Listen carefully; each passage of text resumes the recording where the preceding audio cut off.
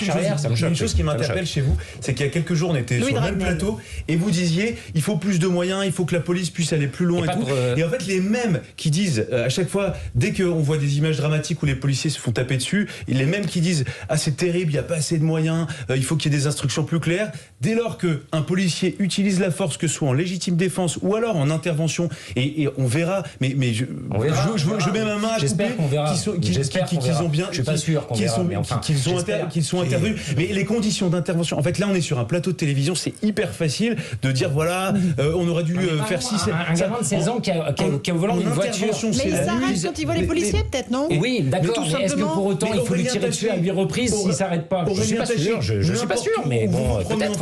Moi, quand je me promène en France, si les policiers vous disent de vous arrêter, vous vous arrêtez, et il n'y a aucune chance qu'on vous tire dessus. Aujourd'hui, si on vous tire dessus, c'est parce que, ou si les policiers ouvrent le feu, c'est parce qu'il y a des conditions extrêmement précises d'ouverture de feu. Et le drame aujourd'hui en France, c'est pas tant que les policiers ouvrent trop le feu, c'est plutôt le contraire. Ils ont tellement peur. C'est ce débat-là qu'il y a envie qu'on ait. Parce que moi, je ne crois pas que ce soit ça le drame, justement. Ils sont tellement inhibés, ils ont tellement peur de l'IGPN, parce qu'en fait, ils ne peuvent sortir leur arme qu'une fois qu'ils sont morts.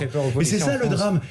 Mais bien sûr que si. On peut débattre de tout, mais sérieusement, franchement. Ils ne peuvent ouvrir aujourd'hui. L'ouverture de feu pose énormément de problèmes et tous les policiers le savent. Dès qu'ils ouvrent le feu, il y a un rapport circonstancié. Heureusement d'ailleurs que on leur pose des questions après, mais ils ont qu'une seule trouille, c'est le rapport, l'inspection de l'IGPN qui, contrairement à ce que beaucoup de gens pensent, est extrêmement dure avec les policiers. Il y a énormément de condamnations de policiers, parfois de manière un peu excessive et abusive sous le poids de l'opinion publique. Et du coup, moi, ce qui me surprend, c'est votre paradoxe. Avant-hier, il fallait plus de police. Aujourd'hui, la police intervient.